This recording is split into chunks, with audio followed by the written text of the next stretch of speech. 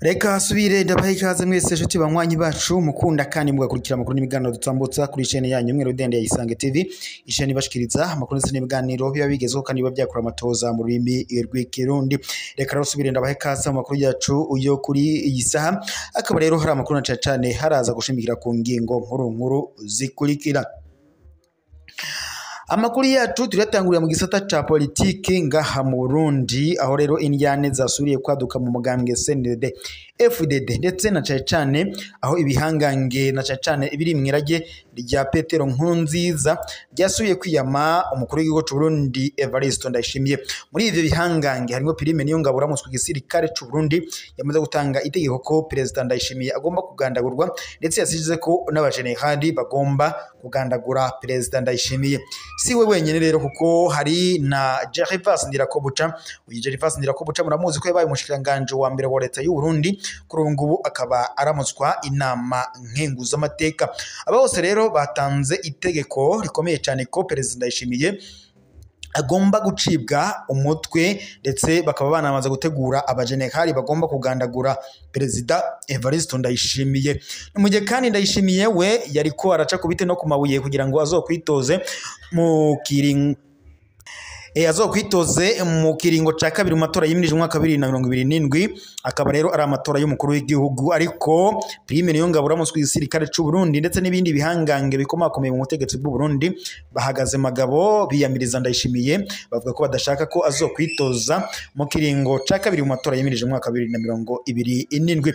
Kuri ubu ngubu rero ku rugamba rw'imirwano Prime Niyongabo uramutswe igisirikare cy'u Burundi ndetse na Gervas Ndirakobuca uramutswe inama nkenguzamateka ndetse na Reveriano Ndikuriyo uramutswe umugambwe CNDD FDD nibo bariko barategura umugambi ukomeye wo gushaka gutembagaza Ndayishimiye ngo bamwikure ko, kubera yuko ngo yamaze kuba ikigorogoro ndetse ngo atazi n'imikino ya politike iriko irakinwa, ngo yamaze gutanga igihugu. Hari undi rero nawe tuza kukurabira hamwe ku nta yaduhaye yagize ati ndasubiramwo, hari abantu banezerejwe n'ibiriko bibaza ko ngo bizokunda abarundi bagasubira mu ntambara. Ego nivyo kubitegura ni kimwe, ariko kandi kubishika ni ikindi. Imyihwezo y'umugabo Pacifique Ninahazwe ngo yama irangwa nikiri ku mutima wiwe, nubwo abashaka gushiramwo akantu kanyegeye, ariko kandi sivyo ngo namba abishaka nashake ndamubwire ko iyo ngo yicaye mu manama, naho iyo nama ibera no hamubwira ngo n'amasanamu nkayamuha, ariko kandi ngo nagabanye. Iyo rero ni intahe yatanzwe na bamwe mu bahinga mu Burundi, nabyo turaza kugaruka ku buryo bw'idonido tuze kubibashikiriza. Dufite rero indi ntahe nanone kandi dukesha ikimenyesha makuru cacu ca Ejo Heza kidushikiriza amwe mu makuru akomeye cyane yo mu butegetsi bwa Ndayishimiye, ndetse na cyane kandi bakagaruka kuri politike y'u Burundi. Nabyo turaza kugaruka ku buryo bw'idonido, turaza kubibashikiriza byose. Amakuru dukesha ikimenyesha makuru cacu ca Ejo Heza gifitse inkuru igira iti kudahanurwa, ninde mutegetsi muri kano karere yoba ariko arashaka kwigira akagarara rugamba ntiyumvire abakuru. Muri ino nkuru yacu y'uno munsi dukesha Ejo Heza n'ubundi muraza gusobanukirwa ingaruka zo kutumvira abakuru ndetse no guhonyora mw'isahani yabo. Inyenzi y'isema yurira umurundi w'inkoko. Ni umwaka makungu yahagurutsemwo cane kubw'abarundi. Ingendo z'abategetsi b'isi ziba utavanako mu Burundi, bose bagenzwa n'ijambo rimwe ryo guhanura Nkurunziza areke ikiringo ca gatatu. Vyabaye nk'ibitangaza kubona umunyamabanga mukuru w'ishirahamwe w'ishirahamwe mpuzamakungu ONU umushinga ntahe Ban Ki-moon yishikira mu Burundi inyuma y'urugendo rwaheruka rw'umupfasoni Samantha Power yaserukira leta zunze ubumwe za Amerika muri ONU, akaba ndetse yari asanzwe arongoye igisata c'umutekano c'iryo shirahamwe mpuzamakungu nyene. Benshi bamwibukira ku majambo yagira ati "Don't touch me", aho yiyama abasuku ba Nkurunziza ngo ntibamukoreko bariko bagerageza kumuhoyahoya ngo Nkurunziza ahejeje kumurahira ko ataco ahindura ku ngingo yafashe. Benshi baribajije icoba cari cinyegeje muri ico kiringo ca gatatu ca Nkurunziza cahagurukije amakungu, kandi hirya nino muri Afrika hariho abakuru b'ibihugu barengeje ibiringo bitatu n'ubu bakiri ku butegetsi, ariko kandi amakungu ataco yigeze avuga. Intumwa zose zarungitswe n'amakungu guhanura Nkurunziza yazishura kumwe ko atarota adohoka ku ndoto yiwe yo kwitoza ikiringo ca gatatu. Kubana kandi umunyamabanga mukuru w'ishirahamwe mpuzamakungu ONU Ban Ki-moon aho nyora mu Burundi cari ikimenyetso simusiga ko Nkurunziza akaramuka yanse impanuro z'abagabo azoba abaye umwasi rutura w'amakungu. Twarababwiye kandi ko Uburundi bwari busanzwe bufise inzira idasanzwe kandi yizewe yacishwamo ubukemanyi amakungu akura muri Repubulika Iharanira Intwaro ya Kongo. Hamaze kuvugwa ko kubw'ikiringo ca gatatu ca Petero Nkurunziza iyo nzira ishobora guhungabana vyatumye amakungu yose ahaguruka kuko zari inyungu zayo zigira zihungabane. Hariho kandi bamwe mu Barundi biriye akara mu kwibesha ngo yuko kubwo ubwenge bwabo ari akarimi gasosa no kunegura no kunegenega makungu aribo ngo batuma amakungu ahaguruka. Uko isi na beneyo babayeho ni uko hariho ibihugu bikomeye gusumba ibindi. Iyo igihugu giciriritse cisanze gitunze ivyo amakungu akeneye, harakoreshwa inzira zose zishoboka gushika bashikiriye ivyo bagushakako. Iyo indongozi z'ico gihugu gihirwamo uturyoshye zitabona kure zibe ngo zifise umutima ukunda igihugu, ico gihugu kirahura n'ingorane zikomeye. Si ubutere gusa butuma ibihugu bitezwa ingorane. N'ibihugu bifise amashamba manini nka Amazone rikurwamo ibiti bidasanzwe mu bindi bidasanzwe bikoreshwa mu kubaka amazu y'akarorero mu bihugu biteye imbere, vyose vyama mu kajagari kubwo iryo tunga co kimwe ndetse n'ibifise ibitoro canke irindi tunga kama. Abahangwa amaso n'amakungu si abafise iryo tunga gusa, nabo bafise inzira zicishwamo iryo tunga nabo bagumizwa ko ijisho.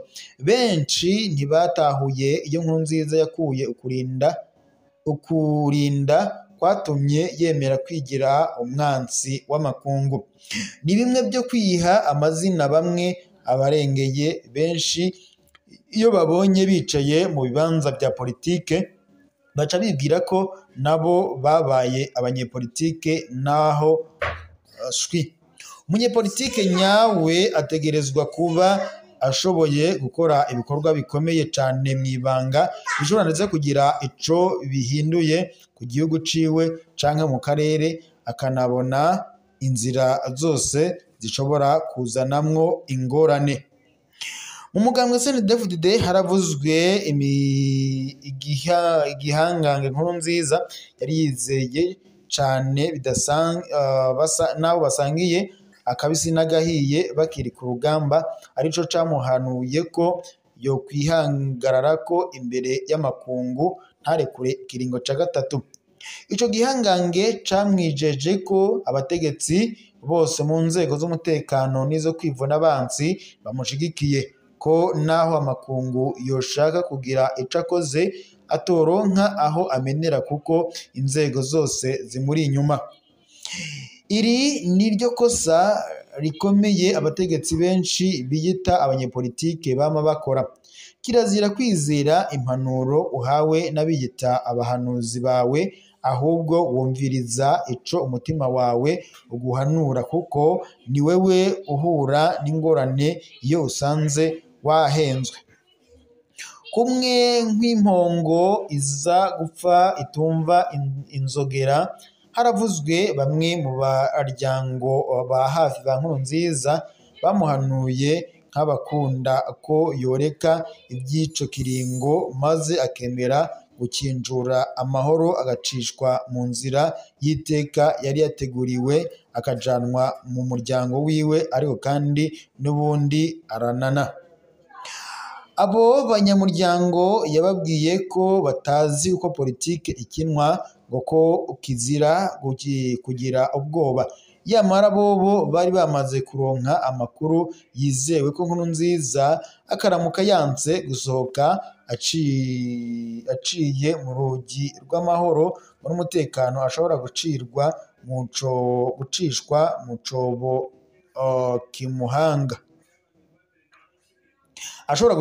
cobo kimuhamba. Abo banyamuryango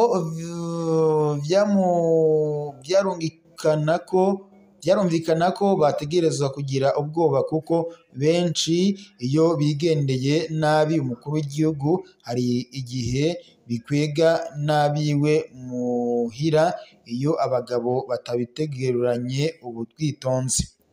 Umutegetsi umwe mu gihugu kibanyi yarabajije umwe mu bagabo bariko barategura ivyo bikorwa igituma bagira bareke Nkurunziza arengana amahoro kandi bari bateguye kumuhana. Yamwishuye ko amakungu ariyo yasabye ko Nkurunziza aramutse yemeye kurekura ikiringo ca gatatu mu mahoro, ata n'umwe arekuriwe kumuvuma n'amate yiwe, nubwo yoba amwishuza akabande k'inka.